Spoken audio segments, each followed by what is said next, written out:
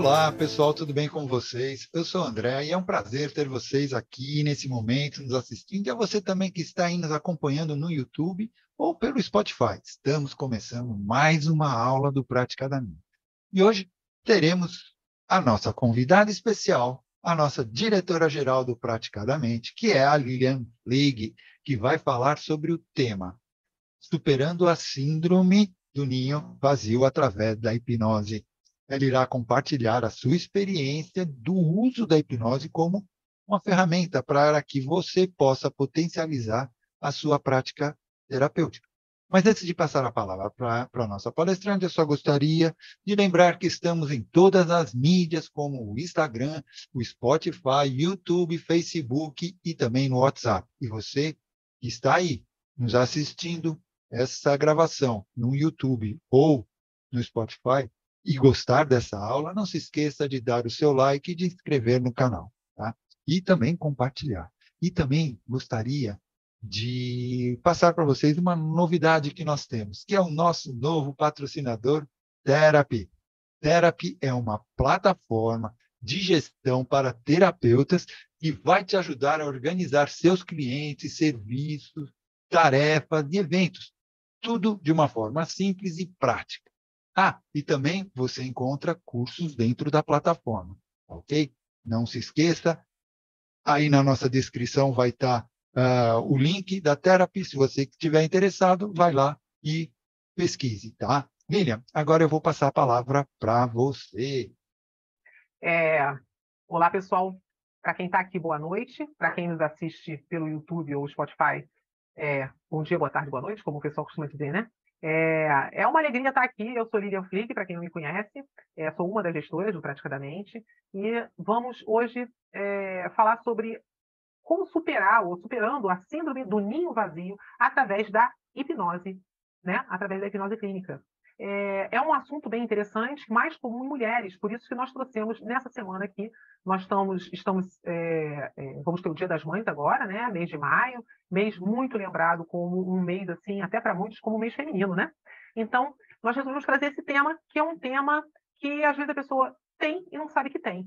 Mas, para começar, eu gostaria de falar, para quem não sabe, o que é uma síndrome, né? A síndrome, ela é um conjunto de sinais, de sintomas, que define uma determinada assim, patologia ou uma condição. Então, a síndrome do ninho vazio tem esse nome, inclusive, também, que é bem sugestivo, que é uma sensação de vazio, um vazio emocional, um vazio físico, que normalmente é sentido pelas mães, mais pelas mães, né? Com a saída dos filhos de casa. Claro que os pais também podem passar por essa síndrome, né? Então, eu, inclusive, fiz um roteiro aqui para eu não me perder, né, uma diretriz, mas, na verdade, eu proponho aqui até uma conversa, porque nós temos terapeutas aqui, e eu vou explicar o que é essa síndrome, e a gente depois vai conversar sobre o assunto. Então, como eu falei, essa síndrome ela é um conjunto de patologias, né? E que esse conjunto de patologias, ele traz para a pessoa uma depressão, ou talvez até uma falsa depressão, ele traz uma baixa autoestima, ele vai trazer aí uma série de sintomas que a pessoa ela não percebe que ela está com a síndrome do ninho vazio. A gente dá esse nome porque a pessoa começa a sentir uma série vamos dizer assim, uma tristeza, uma melancolia, ela fala muito do filho, ela começa a ter uma série de sintomas, e esses sintomas eles persistem normalmente por mais de 3 meses. Aí é que nós caracterizamos quando nós vamos investigar quando começou isso. Ah, foi quando o filho casou, quando o filho viajou, ou foi morar em outro local, e aí a gente consegue identificar através de uma terapia, de uma conversa, né? E como é o tratamento? O tratamento, claro, terapia ajuda e muito, né? Eu diria que é quase que o carro-chefe, mas muitas vezes, claro, é necessário, muitas vezes não, é necessário procurar um médico, porque para analisar clinicamente se a pessoa não está com alguma situação, algum hormônio, alguma outra coisa lá necessitando de reposição ou de atenção. Então, é importante, aqui, que eu trago para reflexão, é a consciência que essas características, elas é uma composição da síndrome do ninho vazio. E uma outra coisa interessante eu trouxe até aqui eu fui pesquisar, em 2009, foi colocado na Cielo, né, um artigozinho, né, uma pesquisa lá que foi feita sobre os lugares e aonde estava se manifestando mais, a região que se manifestava mais essa síndrome e as características. Como ela está hoje, porque teve uma época que era muito mais evidente essa síndrome do que hoje. Hoje não é toda a região que tem isso. Por quê? Porque hoje os filhos, eles, as mães, na verdade, não os filhos, as mães, elas estão indo trabalhar fora, elas não ficam só em função do filho, porque antigamente, normalmente as mães, as mulheres, elas, por isso que é mais característico das mulheres, elas ficavam muito em contato com o filho. Ela parava de ter a vida dela, de se cuidar para cuidar do filho.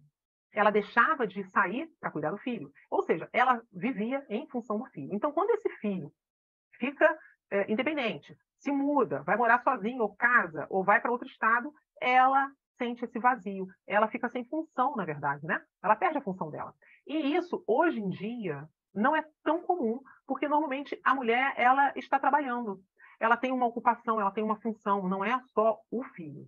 Mas tem muitas mulheres que passam por esse processo, até porque nessa pesquisa eu achei interessante que ele ali a idade que normalmente isso acontece, que é em torno de 40, 50 anos, né? Vamos dizer 50, e que entra ali. A mulher normalmente se aposenta, né? Aposentadoria, menopausa, e às vezes até alguns fatores culturais influenciam no surgimento dessa síndrome. Então, assim, eu achei bem interessante esse artigo, porque ele mostra, inclusive, que tem países que ocorre mais que outros países, devido justamente ao costume cultural, né? Que mais? Deixa eu ver. Eu fui pesquisar para trazer para vocês, para a gente poder entrar no assunto. Então, e uma outra influência bem interessante que eu achei é o seguinte: quando ocorre do filho sair da casa, nós temos hoje aí um terapeuta que vai saber falar bem disso. Quando o filho sai de casa, o que acontece normalmente? Aquela mulher, como é que era a rotina dela? Ela vivia em função do filho. Muitas vezes, ela, além de deixar de fazer as coisas dela, ela deixava de se cuidar. Ela não tinha mais a relação com o companheiro como antes do filho. Não só a relação sexual, ela vai começar ela se afastar, né? E há um afastamento do casal, né?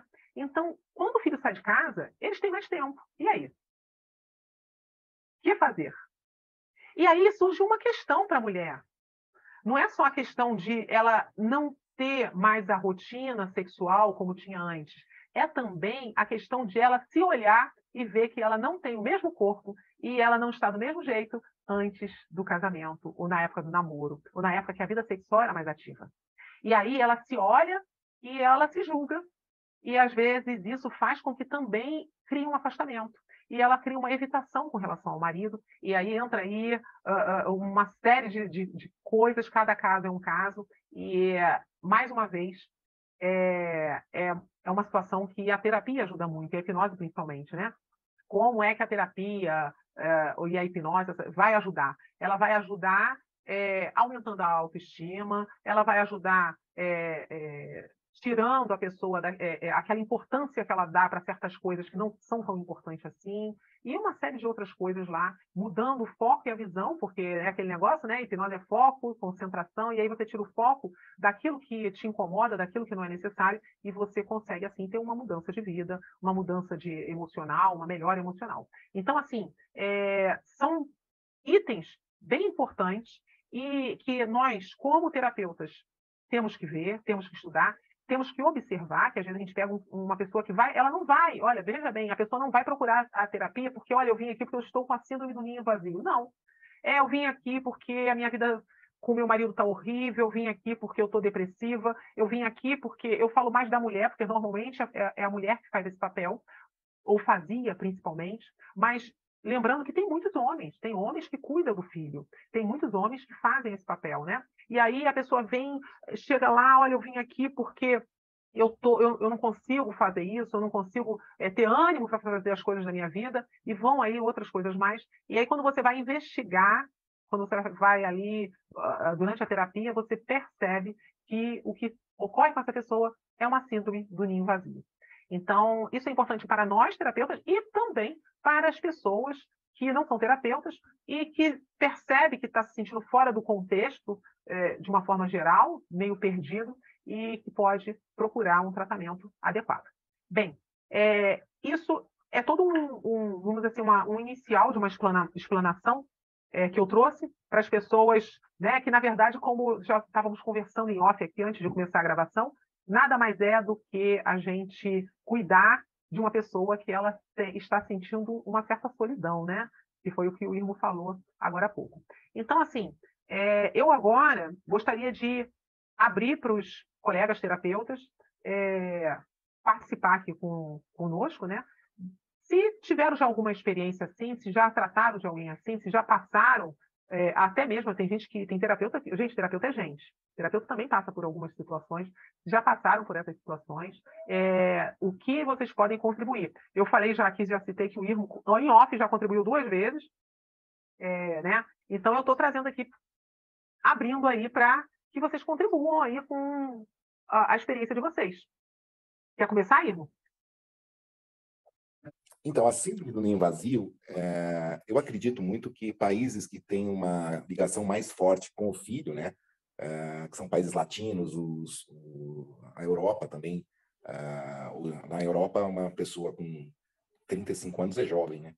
Agora, Estados Unidos, por exemplo, que ali já tem culturalmente uma ideia de que o filho vai para a faculdade e o casal já pode começar a pensar em fazer planos para viver as viagens, né? Eu acho que já sofrem menos.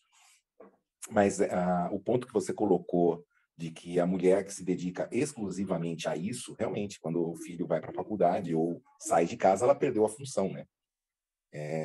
Tem um livro do Gaiarsa que fala respiração e angústia. Ele trabalha um pouco essa questão da mulher, né, da mãe, quando ela assume o papel de mãe, né, ela deixa de ser mulher para virar mãe. E aí a mãe, ela tem toda uma conotação simbólica muito diferente, né, da mulher que casou, né? Então a mulher, quando tem essa transformação, né, de mãe para mãe, até o marido aceita essa transformação e muda o comportamento, né? É muito interessante essa característica. E isso vai se refletir exatamente quando o filho acaba deixando lá, porque o marido aí já se adaptou com uma figura da mulher mãe, né? E aí como é que ele volta a ter a mulher mulher? É bem interessante a sua colocação. Irmo, e você me fez lembrar o seguinte, que na pesquisa feita com relação a isso, a época que o homem normalmente acaba indo para a traição, e aí a mulher ela começa a perceber isso, que às vezes ela não percebe, porque ela está envolvida na criação do filho, é nessa fase. E aí o que acontece? Começa aí a entrar, vamos dizer assim, os transtornos, né? Porque ela se vê, primeiro que ela se vê diferente fisicamente como ela era quando ela se casou, quando ela começou a relação, quando ela tinha uma vida sexual mais ativa, antes de entrar e ficar só cuidando do filho, né? E, ao mesmo tempo que ela se olha, ela percebe que ela não consegue voltar a ter aquela rotina. E o marido, que está acostumado a ver a mulher como mãe, também tem essa dificuldade, e aí ele vai procurar fora o prazer, porque normalmente também tem isso. É uma idade que o homem ele está mais ativo, né? Nós estamos falando, teoricamente, numa faixa de 50 anos. 40, 50 anos, né? Vamos dizer 50 anos, essa faixa em que a parte sexual também está no auge, né? Então, acaba criando aí uma série de situações que, às vezes, a pessoa não consegue entender o que está acontecendo, né? E é aquele negócio que eu falei no início, a terapia não é só a questão de você ir no médico, eu estou passando mal, estou sentindo, sei lá, né? Começa a dar dor de cabeça, começa a dar um monte de coisas, você olhar essa parte emocional, em que a pessoa às vezes acha que está com depressão, inclusive, e na verdade ela não está com depressão, ela está, na verdade, vendo a situação dela e perdida e muito triste, né? É interessante que você está falando que nem Gaiarsa, ele é bem radical com isso, né? Ele coloca que a mulher, quando ela tem um filho, ela perde a genitália e ganha seios, né? E aí ela aceita essa característica também, ela aceita essa posição, inclusive perante o marido, né? Hoje está assim, tá tendo uma mudança um pouco com relação a esse conceito, né? Mas é bem menos, porque a mulher trabalha, então ela não tem tempo para acontecer esse processo, muitas vezes, né? Mas há alguns casais que ainda conseguem esse projeto, né, de o marido trabalha e sustenta e a mulher cuida da educação dos filhos, porque vai dar uma educação mais saudável, vai ter mais atenção e tudo mais, acabam caindo exatamente nessa mesma armadilha. Exatamente. O que acontece? Hoje, na maioria, né, numa boa parte da população, né, de lugares diferentes, inclusive, o casal trabalha, né, os dois trabalham, né? E aí acaba, muitas vezes, até quando se separam, tem guarda compartilhada, começa aí já muda essa situação, né? Mas mesmo o casal que esteja separado com guarda compartilhada, acaba tendo uma rotina. A pessoa acostuma. Eu acho que a questão toda aí é que as pessoas acostumam, às vezes, numa rotina, e quando ela vê que aquela rotina, porque tem algumas pessoas que gostam, né, de estar naquela função. Quando ela vê que aquela rotina não existe mais, ela se sente, às vezes, ela não preparou o terreno dela para fazer outras coisas, e aí ela não construiu, né? E aí ela começa a sentir um vazio. Né? Às vezes a pessoa fala assim, eu sinto um vazio, não sabe por que sente o vazio. E muitas vezes é isso. Né? A pessoa ela não soube lidar com a mudança. Ela não soube criar, vamos dizer assim, outras pontes, outros grupos, né? Outras relações. E muitas vezes, sabe o que acontece? Muitas mães começam, quando fomos com um filho que ele vai querer morar sozinho, ou que ele vai querer ir para outra cidade por causa de trabalho. A mãe começa a colocar no filho medos. Todo medo que ela tem, ela transfere para o filho. E aí, esse filho, imagina esse filho, dependendo do filho, ele vai carregar esse medo. E ele vai ter problemas. E não é só, quando a gente fala em terapia, não é só, por isso que a gente fala que terapia é bom para todos. Não é só a mãe, não é só o pai.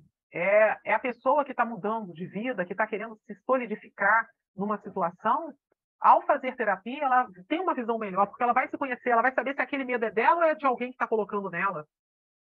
Se aquela decisão, até a decisão de fazer algo, se é dela. Às vezes a pessoa toma uma decisão séria de ter uma profissão, de seguir uma profissão, e ela não está seguindo a profissão nem o que ela quer.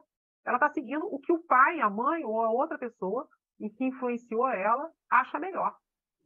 Vou fazer uma colocação aqui, né? Tomando as palavras do André Villa, tem uma carta do tarô que chama O Enamorado. É um rapaz que está no meio entre duas mulheres, uma jovem e uma mais velha. O corpo vai para a jovem e a cabeça vai para a jovem e o corpo está para a velha, né? Que é a mãe. Eu gostaria que o André falasse um pouquinho essa parte do síndrome do ninho vazio baseado nessa carta do tarô. É um enamorado. Boa colocação, André. Fale sobre essa carta. Essa carta ela demonstra muito bem os conflitos humanos.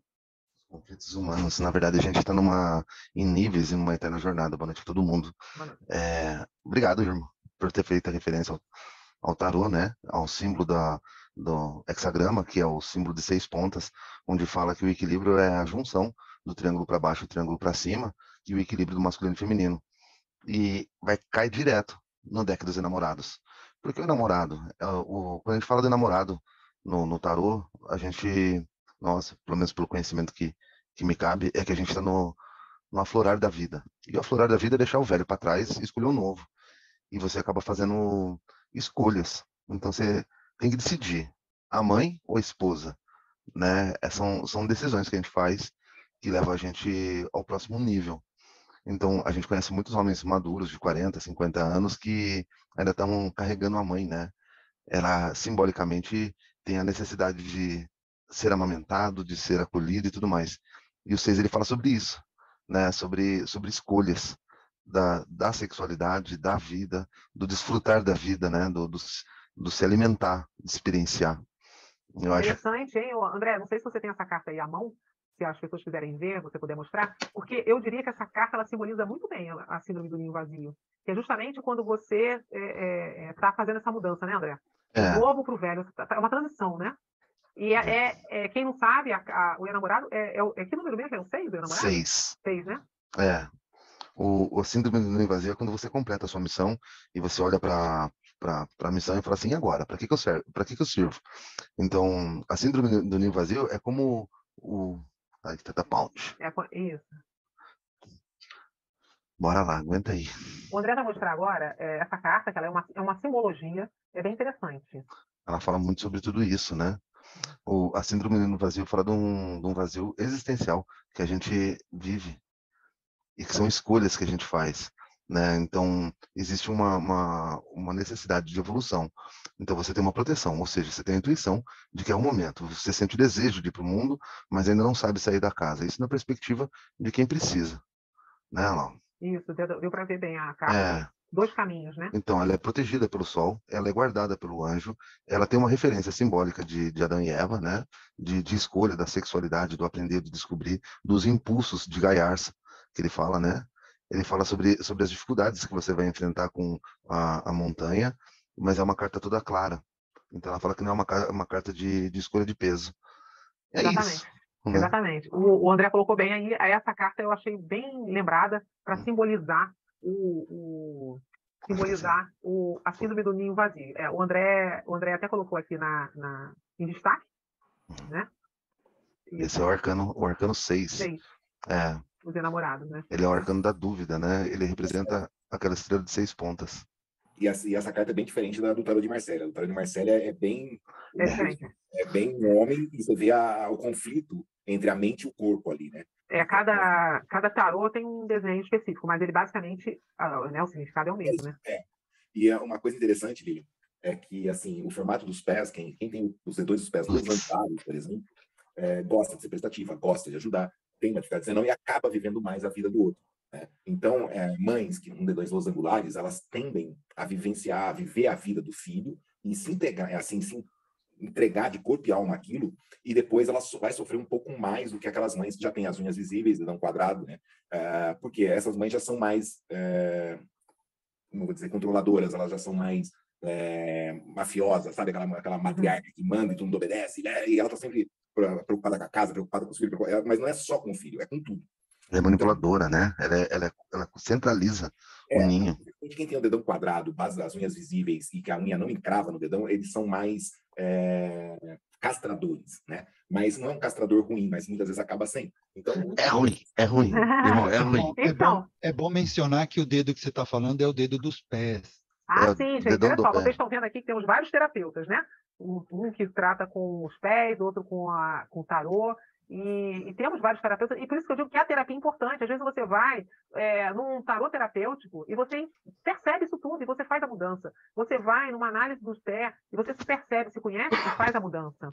Então, é até bom compreender, porque às vezes você tem amigas que estão na mesma faixa etária e você está sofrendo aquilo e a sua amiga não. Porque o perfil psicológico da sua amiga é totalmente diferente do seu. Exatamente. Né? E a sua amiga não vai conseguir compreender o seu vazio porque ela não está sentindo aquilo. O perfil dela é diferente, né? Exato. Então, tome cuidado quando você conversa com outra pessoa, porque às vezes o perfil daquela pessoa que você está conversando e pedindo, às vezes, auxílio, não tem nada a ver com o seu, e você acaba se sentindo ainda mais culpada, né? E esse vazio vai aumentar ainda mais pela culpa agora de que só eu que estou sentindo isso, e assim, é uma premissa errada. Então, assim, a terapia sempre vai ser um ponto de partida, porque quem pode compreender o seu universo é você mesmo. E o seu universo é seu. Ele não tem nada a ver com o da sua amiga.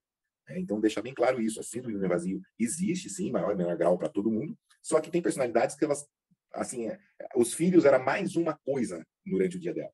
Não era só o filho, ela não entrega aquilo. Né? Aí entra, inclusive, aquele negócio, mulheres que amam demais. Né? Geralmente também o foco é o marido, mas não, muitas vezes também o foco é o filho. Exatamente. Para você ver como o autoconhecimento é importante. Você se conhecer, conhecer seu perfil, conhecer seu sistema, conhecer o meio que você vive. É muito importante. E você pode se conhecer melhor através de vários processos terapêuticos. É muito importante você fazer e recorrer a diversas terapias. E tem uma outra situação bem importante que a Maria Inês colocou ali no grupo, aqui no chat. Por isso. No chat, ela falou o seguinte, que no grupo da terceira idade, aqui de Maricá, muitos idosos chegam com depressão, com esse sentimento de ninho vazio. E com o tempo vai construindo novos grupos e é comum ouvir que renasceram. Então, vejam bem, olha, Qual é a característica da síndrome do ninho vazio? É quando ocorre essa mudança e passa 1 mês, 2 meses, 3 meses, passou de 3 meses e você continua naquele sentimento de vazio, né? Então, o que acontece? O ideal é procurar fazer a mudança. Você não consegue, não entende, não sabe o que está acontecendo? Procura terapia. Você, ao fazer parte de novos grupos, porque senão isso vai se perdurando. Aí a pessoa fica lá depressiva, passa anos, aí de repente alguém convida ela para um grupo, ela não quer ir, aí ela resolve ir. Quando ela vai para esses grupos, ela renasce. Por que ela renasce? Porque ela sai, ela cria objetivos, cria um grupo, participa né? E isso faz com que ela renasce, como a Maria Inês falou ali. Eu quero discorrer um pouco em cima do comentário da Maria Inês, rapidinho, assim, ó. O que faz uma família adoecer? É o amor, né? O que faz uma família curar também é o amor. Quando nós pensamos que aquilo que faz uma família adoecer também é o que faz curar, o que motiva um amor de uma família adoecer e o que motiva ela se curar? Na verdade, é a funcionalidade dela, né? Ela sai da funcionalidade quando ela começa a adquirir traumas. Provavelmente, quando ela tem esse escopo, né, todo de dor e de sentimento, é que ela já traz da família de origem dela, dos pais, assim, né, aprendido, esse comportamento. Então, ela tem uma dor aguda tão grande de abandono, porque é quando o filho sai, quando aquilo vai embora, e ela já viveu aquilo, já está impresso na memória dela, né? Os filhos saíram, ela sabe que precisa, mas ela quer segurar. Isso causa uma capoteira, assim, o pessoal vai capotando. Então, dentro do que nós estamos conversando em relação ao ninho vazio, porque senão eu fujo, né, irmão? A gente dá umas borboleteadas boas, né? É sempre bom pensar como é que você está dentro da situação, da emoção da sua família em relação ao amor, né? Se você está sendo vista. Quando você prepara uma janta, sua família vai chegar no final do dia, elas vão celebrar o seu trabalho em casa, porque você ficou lá preparando, cuidando. E não é só a mulher, não, tá? É os dois, é a relação. Se tiver filhos, os 3, 4. Como funciona a relação da família? Né? Porque cada um está numa faixa etária, cada um vai vivenciando coisas diferentes. E para você colocar em função o que é né, a finalidade do amor, é difícil demais, né? É muito difícil. Uma grande maioria também, às vezes, vê isso como obrigação. Ah, chega, que nem você acabou de falar, que vão comemorar o que a pessoa fez para o jantar, por exemplo, né? Mas não, às vezes a pessoa, a família vê aquele jantar como obrigação. Tem que fazer, e tem que dar para todo mundo aí e acabou. É verdade. Não faz aquilo um evento, né? Não compartilha aquela situação, né? Aquele negócio também, fazer coisas diferentes, se propor a fazer coisas diferentes, né? Não é nem fazer coisas só diferentes, se propor assim, quando você fala da hipnose, a hipnose, ela passa por um processo de autodescoberta, né? E nessas autodescobertas, você vai perceber o quanto das suas carências você projetou no seu filho, você projetou no seu marido. Era isso. Né? Porque o que acontece? Vamos supor, eu tenho 2 filhos, o primeiro foi para foi fazer faculdade fora, no outro ano o outro foi também, ficou só eu e meu marido. A tendência daquela mulher que tem essa característica de viver a vida do filho é passar a viver a vida do marido. Né? Então, quando você fala assim de descobrir a traição, não é que ela descobre a traição. Na verdade, ela sufoca o marido, porque daí, imagina, ela cuidava de duas pessoas, né? Então a atenção dela era dividida em 2, de repente, a atenção de 2 passa para 1. Então, ela começa a sufocar também. E ela não percebe que ela está fazendo isso. Eu quero abrir um parênteses, dentro do seu raciocínio. A relação no começo da vida do casal ela já está desgastada, porque os dois precisam correr fazer um monte de coisa. Aí os dois estão vazios por dentro. O que acontece? Por alguma razão, uma noite de cachaça, engravida, vem a criança. Ela fica solitária, dentro do seu raciocínio, ela fica solitária e tem um filho. Toda a atenção dela, toda a carência dela, ela descarrega no filho. Aí o filho vai para a faculdade, e aí ela tem que voltar para esse marido. Eu ainda queria apimentar isso. E aí eu vou emendar aqui com o que foi colocado no chat. Denilson fala assim: eu tenho um caso na minha família que, ao perder seu companheiro, após algum tempo, ela começou a ir nos grupos da terceira idade. E é outra pessoa hoje, mais feliz e renovada. Neste caso, o problema era o marido, que não tinha o perfil dela? Eu vou dar minha opinião, pode? Pode. Para mim, ela se esvaziou do sentimento de culpa. Para mim, na minha opinião. O seu companheiro morre, você tem essa relação, como o Wilmer está falando, os filhos saem, eles têm que se olhar, eles se reencontram, porque não é o físico, é o emocional, porque elas são obrigadas a se olhar de novo, eles começam a reconstruir uma coisa, vai lá, bonita, né? E aí a vida prega a peça, leva um, aí fica o outro. Então dá um sentimento de culpa tão grande, dá um vazio existencial. Para que serve minha vida agora que meu bem morreu, né? Não, mas ele está falando ali, ao É, contrário, ele está falando que não, é eles, isso, ó. eles, quando estavam juntos, não estavam bem, ela não estava feliz. Aí eu entendi que estavam, que Não, ela ficou pelo que ele ruim. falou, assim, ó, Não, eles... eu entendi que a pessoa ficou ruim depois que morreu e participando de grupos, ela voltou a viver, ela começou a ver coisas para fora. Ele disse que a pessoa, ao perder o companheiro, é que a Ah, pessoa foi se Denilson? renasceu. Explica aí para nós. É isso aí, exatamente o que a Lilian está falando. Ela não é que estava ruim a situação, mas Era apagada, né? ela não vivia uma vida plena, uma vida como se ela fosse estar vivendo exclusivamente para o marido. Não saíam, só trabalhavam, e existia também uma questão de guardar dinheiro, essas coisas mais Dia a tangíveis, né? dia, é. Isso. E aí, após uns 3 ou 4 anos que ela perdeu o seu esposo, então ela veio a participar, meio no início, meio, digamos assim, contraída, meio resistente. E aí depois, filho, você foi. É outra pessoa. É um pé greco-romano, né? Tá Vai pra vivendo uma vida festa. muito, muito, muito bem. Até agora arrumou um companheiro. E aí, o companheiro que ela arrumou, exatamente que o André falou, é esse vazio que ela sentia. Não é um amor, né, que ela tem por ele, mas é esse preenchimento. Do ninho vazio está ligado ao que Reich chamava de angústia. Né? E Reich falava o quê? Todo prazer não realizado gera angústia de força igual e oposta. Né? Então, assim, a angústia é um desprazer e é sentida no peito. Tá? Então, assim, quando você já está angustiado, imagina uma mãe que cuidou dos 2 filhos, está vendo que o primeiro já foi, o segundo tá indo, ela já começa a se angustiar antes desse ir. Angústia é culpa. Não, angústia não. Nem sempre é culpa. Nem sempre. Angústia é um sentimento de o que ela, ainda mais se tiver o dedo do pé longo, ela já começa a prever o que ela vai ter que fazer quando o filho for embora, e se o filho for embora, e se ele passar mal, e se não sei o quê. Vira pode jogar culpa, medos, culpa não, medos pro filho. Isso, aí ela vai tentar, assim, manobras para minimizar isso, né? Então, assim, a angústia, André, que Reich chamava, hoje a gente chama de ansiedade. Ah, lá vai eu contar minhas historinhas de novo dentro do que você está falando. Porque tem que contar a história, senão não tem graça. Né? Eu tive uma situação, meu filho teve problema de câncer, aquela coisa toda, e eu achava que se ele fizesse cirurgia, não ia acontecer nada. Né? Resolveu, tá tudo bem. Então, vivia num estado de alerta tão grande em relação ao problema de saúde dele, que era uma neoplasia, não é bem um câncer, mas segue o jogo, né? E acho que eu passei 6 anos ou mais nesse estado de pressão em relação a ele. Angustiado. Eu tô entendendo, por isso que eu tô explicando, contando essa história de novo, outra vez, né?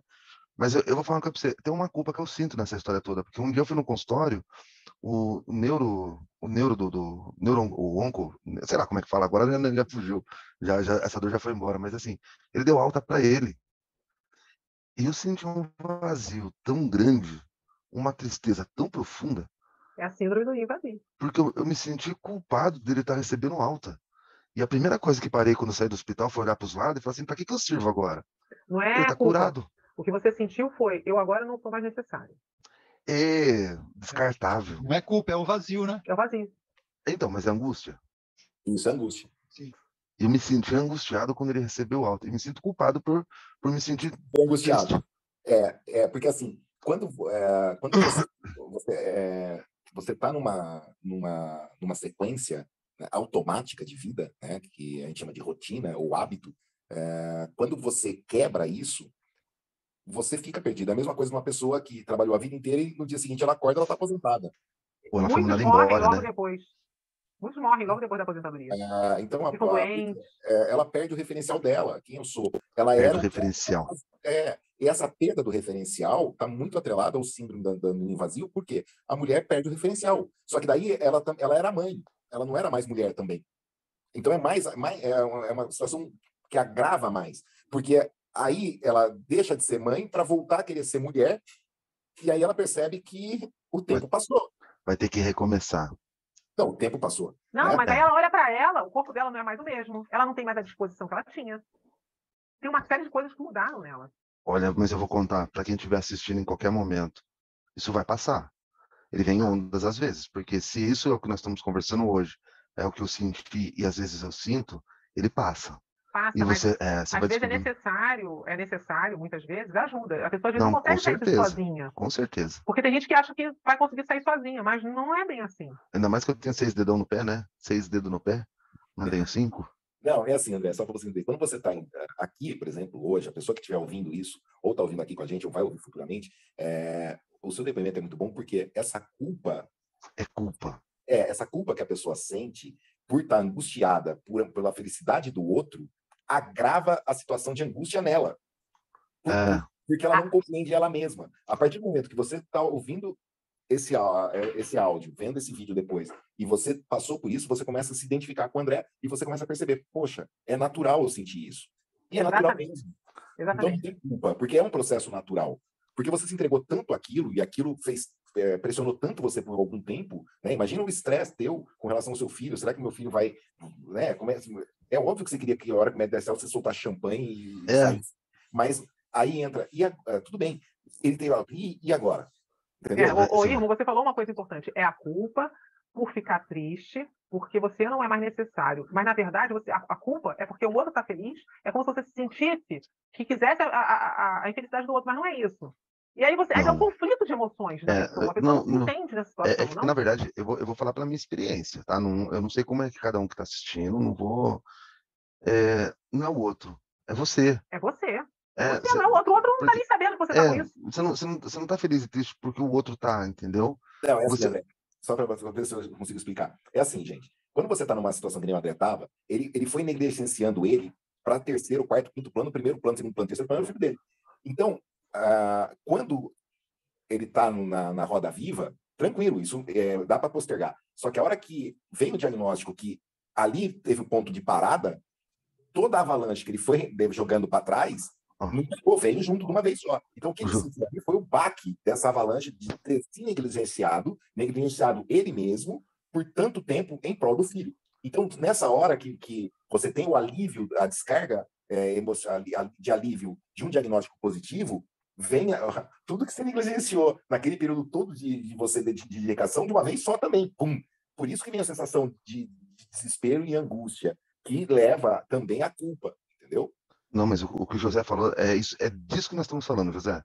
Que o José colocou lá no chat o seguinte: quando uma mãe que cuida de um filho acamado e ele morre, e ela entra nesse quadro, aconteceu com uma amiga minha, ela não se sente mais necessária. E não é nenhuma questão de necessário. José, um sentimento de missão cumprido. Eu cumpri minha missão daquilo que eu tinha que fazer, e eu tenho dificuldade de ter novas metas. Eu cumpri aquilo que eu estava fazendo e acabo tendo dificuldade de ter novas metas. Inclusive, é um dos motivos de hoje eu me tornar terapeuta. De dar finalidade, função a esse excesso de amor, né? Que eu sou todo carinhoso, todo ursão, todo... Na verdade, irmão? Isso daí também acontece até para quem perde emprego, que às vezes tá naquele ritmo de repente perde emprego, acha que não tem mais, não consegue fazer mais, não consegue fazer mais nada do que aquilo que ele já fazia. Então, ainda vou além, André. Vai. E se o emprego mantém a estrutura da sua casa? Não é? Se você tiver pessoas dependendo de pessoas idosas que dependem de remédio e tudo mais. Então, assim, precisa sim de ajuda, com certeza, porque encurta demais todo esse processo. E não é porque a gente é terapeuta que a gente não vive essas coisas, né? É meio que ilusão achar que terapeuta é blindado de, ao contrário, cada um tem suas experiências aí. Então, você não se torna menos ou mais por conta de ser terapeuta. A gente vive esse processo o tempo todo, né? A gente está mergulhado num ambiente social tóxico. Eu queria ter aprendido Gaiarsa, mas o irmão não ensinou, então... Né? Agora, eu vou... Imaginem só, gente. Essa mãe que se dedicou a vida inteira aos filhos, o marido perde o emprego, ela não sabe trabalhar, porque ela só sabe ser mãe. Piorando a situação, né? Imagina a angústia dela perante o marido, perante a situação da família, perante a gravidade financeira que está vindo. E socialmente. Isso ela não vai ter mais os recursos e tudo mais. É que a gente já fugiu do tema, mas o síndrome invasivo não tem muito a ver com essa parte. A síndrome invasiva tem a ver com o quê? Agora tá eu e meu marido em casa, meu marido agora eu transferi tudo para ele e ele rejeita, né? Tem porque isso, hein? acaba sufocando o marido. Exato. E tem um comentário da Inês também interessante. Eu já escutei também muitos que dizem que continuam com o mesmo ritmo de compra do supermercado. Mesmo com a casa mais vazia, compram coisas que eram os filhos que consumiam. Ou seja, o hábito alimentar também influencia, gente. Pensa bem. Você já está acostumado... Minha avó teve 8 filhos. Né? Então, o que acontece é o seguinte. Você ia na casa dela, de final de semana, ou durante a semana, ela não fazia arroz na panelinha, ela fazia arroz no panelão. Às vezes estava só eu e ela. Eu falei, vó, precisa de um tamanho desse tamanho? Ela falou assim, mas eu não sei cozinhar pequeno. Deixa na geladeira que depois seus tios aparecem aqui, eles comem. Entendeu? Mas era muito engraçado porque ela não conseguia cozinhar. As panelas da casa dela não tinha panelinha. Não tinha panelinha, só panela grande. Era muito engraçado. E até ela morrer foi assim, ela nunca cozinhou em panela pequena. Ela não conseguiu fazer, ela nunca fez uma comida que era para ela e no máximo para mais uma pessoa. Ela não sabia nem medida para isso. Tem gente que, olha, vários casos que eu já vi de gente que a mulher cozinhava, fazia as comidas e tal, mas aí os filhos saem e só ficam os dois. E aí não tem mais necessidade de fazer aquela comida toda. E eles não conseguem se adaptar muitas vezes a isso, né? Ou porque, não quer comer congelado, não quero comer o que está na geladeira. Eu soube, assim como a Inês, eu já soube pessoas que passaram a comprar a comida e pararam de fazer comida. Porque os dois comiam pouco, então não tinha necessidade de ficar fazendo comida, né? Então, para você ver como uma mudança teoricamente normal, uma mudança, né, que acontece na vida de todo mundo, muitas vezes acaba influenciando e modificando totalmente a estrutura de um lar, né? O relacionamento e uma série de coisas mais. É bem interessante essa síndrome, né? As pessoas entenderem esse funcionamento de tudo que nós falamos aqui. Por quê? Porque se você sabe o que é, às vezes você vai num médico falar assim, olha só, eu acho que eu tô... a pessoa vai com uma patologia lá específica, né? E eu estou muito triste, eu acho que eu estou sentindo até taquicardia, porque a pessoa começa a ter sintomas físicos. E aí a pessoa vai no médico, aí quando ela vai no médico, o médico examina e tal, não tem nada, e na terapia ela encontra, ao fazer uma análise, que o que ela tem desde aquela época que o filho saiu de casa, tem desde aquela época que aconteceu aquele fato, e aí ela pode ter a possibilidade de ter uma vida melhor, né? Ela entende e conhece toda essa estrutura, né? Pode falar, André. Eu queria, antes da gente terminar, eu queria fazer uma pergunta. Já que você falou que chega uma pessoa com esses sintomas, né, do ninho vazio, tendo todos esses sentimentos, o que poderia ser feito para essa pessoa? O que poderia ser feito?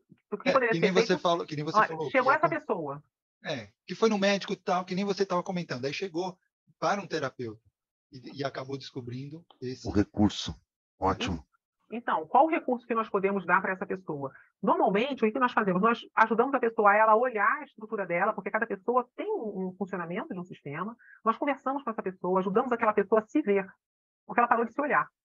A se olhar, né?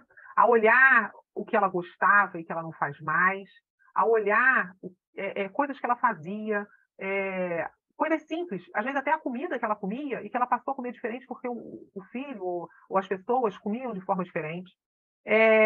O gostar, às vezes ela gostava de ler livro, ela nunca mais pegou livro para ler. Ela gostava de... Ela começou a tocar um instrumento e de repente ela parou de fazer aquilo porque ela gostava de pintar, não fez mais isso. Então você faz a pessoa ela se olhar. Um tempo como ela vivia bem, que ela se sentia bem, e um processo que fez, e você faz... É como se você desenrolasse um rolo e colocasse ele em ordem. Ajudasse, na verdade, nós não colocamos, nós ajudamos a pessoa a ver e perceber isso, veja bem. Porque você não pode determinar o que a pessoa tem que fazer, porque cada um tem um sistema. O terapeuta ele não tem como determinar, faz isso e faz aquilo. Não, tem que olhar para a pessoa, ver como é o sistema que ela funciona, ajudar ela a ver isso e ajudar ela a se recolocar daquela forma dela, típica dela. Você sabe, Lilian, você falando isso, me veio à mente uma uma historinha, diz que o mestre, né, bem velhinho, já estava para morrer. Aí o discípulo chegou e falou assim: mestre, eu estava com o senhor durante 50 anos, o senhor me passou todo o seu conhecimento. Existe mais alguma coisa que o senhor queira me passar? Ele falou assim: sim. Abriu a boca e falou: olha minha boca. Aí ele foi lá, olhou. O que você está vendo? Ele falou: senhor, não tem dente, eu estou vendo a sua língua. Ele falou: exatamente. Os meus dentes não estão aí porque eles eram rígidos. Então eles foram quebrando. Mas a minha língua, ela não é rígida, ela é flexível. Então ela continua aí. Então, seja a língua, seja flexível. Então, a função do terapeuta é mostrar para aquela pessoa que ela é língua, que ela pode sim ser flexível e adaptável ao meio. E agora está na hora dela se adaptar novamente. Então, não é nem reconstruir, como colocar, porque a reconstruir indica que eu tenho que demolir algo. Sim, é verdade. Não, eu tenho que simplesmente me moldar a uma nova fase de existência. Né? E esse moldar exige o abandono de certos hábitos, e todo mundo sabe que criar novo hábito é mais fácil do que descriar um hábito já arraigado. Exato, exato. Então, o processo é doloroso, é um processo que vai ter relutância, né? Mas se a pessoa não perder o foco de que ela é uma língua, ou seja, ela tem que ter essa flexibilidade, ela consegue vencer, com certeza, todo o processo aí e começar uma nova fase, né? Como algumas pessoas já relataram aí: eu entrei num grupo e, graças a Deus, eu me renovei, eu fiz tal coisa, e como é que eu conheço uma pessoa que começou a caminhar e se encontrou na caminhada, né? Então, assim, se você se permite ser flexível, você consegue se adaptar a N coisas que você achava que antes era impossível. É verdade.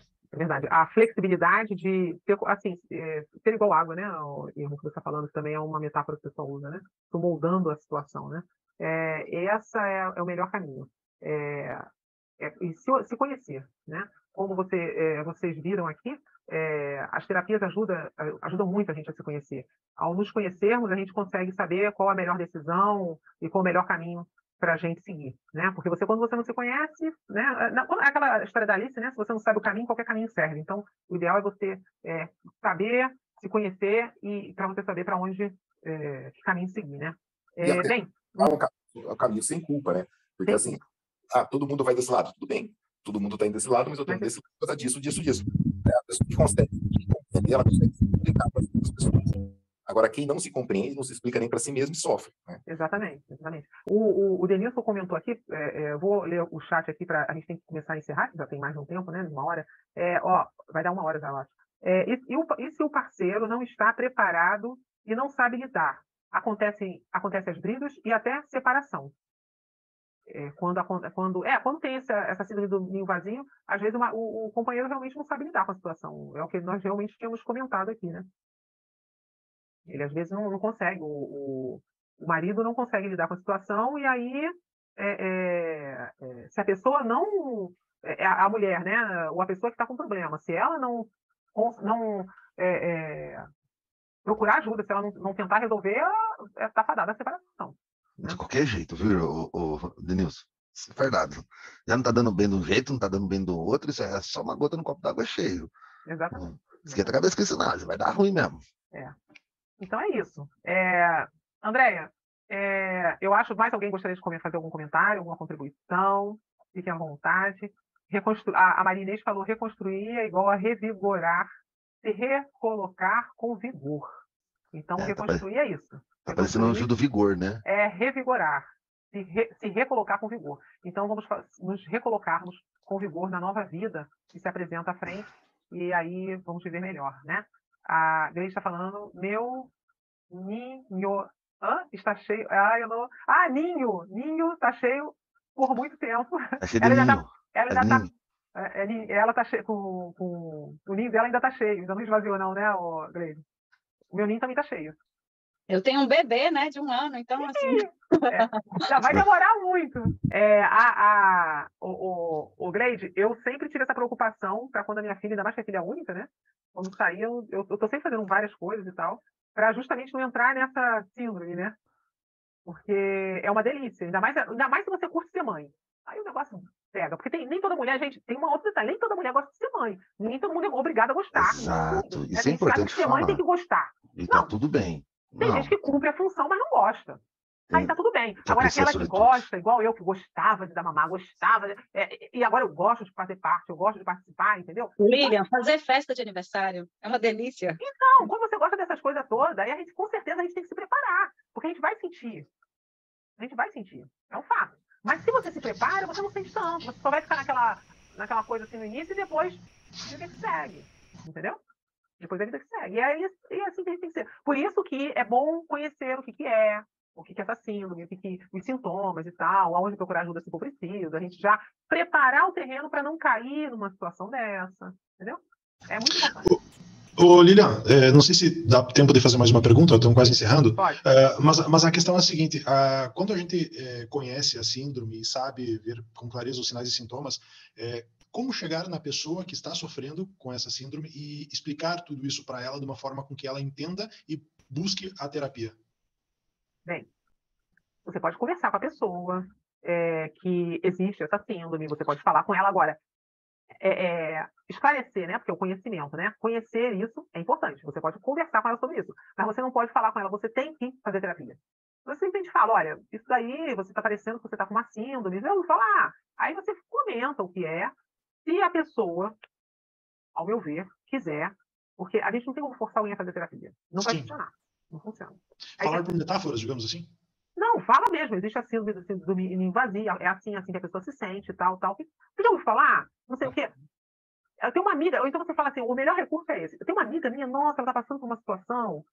Você já ouviu falar? Síndrome do ninho vazio. Ela foi no médico e ela tem isso. Aí você está falando de alguém, não é a pessoa. Faz que nem em marketing, Denilson. Você pega, em vez de você vender o produto, dizer à pessoa, você precisa de terapia? Não. Você faz o seguinte, você dá todas as ferramentas para ela entender, nossa, é isso que eu estou precisando. Exatamente. Sim. Eu ia falar... A Gleide está de novo. Eu ia falar para o Denilson o seguinte, tem uma técnica, Denilson, que é uma técnica muito usada no marketing, que chama spin selling. Essa técnica ela é exatamente isso, ela expande a consciência da pessoa para a pessoa conseguir perceber que ela precisa daquilo que você tem para oferecer para ela, entende? É uma técnica muito interessante. Então, eu posso pontuar de um outro ângulo? Sim. Pode, deve. Denilson, antes de mais nada, a pessoa está em dor. Antes de mais nada, ela está sofrendo, né? E não é uma dor física, ela pode se tornar a ser física, né? Então, a primeira coisa que a gente faz, até mesmo antes da terapia, é acolher. Quando ela se sentir segura, ela vai pedir ajuda. Quando você sabe que aquele acolhimento tem um fundo, tem algo por trás, ela vai falar assim, o que eu posso fazer para me livrar disso que eu estou sentindo? E aí você pode usar todos os recursos que a gente está comentando aqui. Mas antes de mais nada, é um ser humano em dor. Um ser humano que carregou hábitos errados. Porque ela não entra numa síndrome do ninho sozinha, assim, ai, agora aconteceu isso. Isso é só uma gota num copo cheio. Quantas coisas não se passaram, quantas pedras ela não engoliu. É para isso que serve a terapia. Para poder expelir tantas emoções que nem ela sabe lidar. E que está ali, ó, trepidando ela, moendo em pedra naquela situação, seja homem, seja mulher.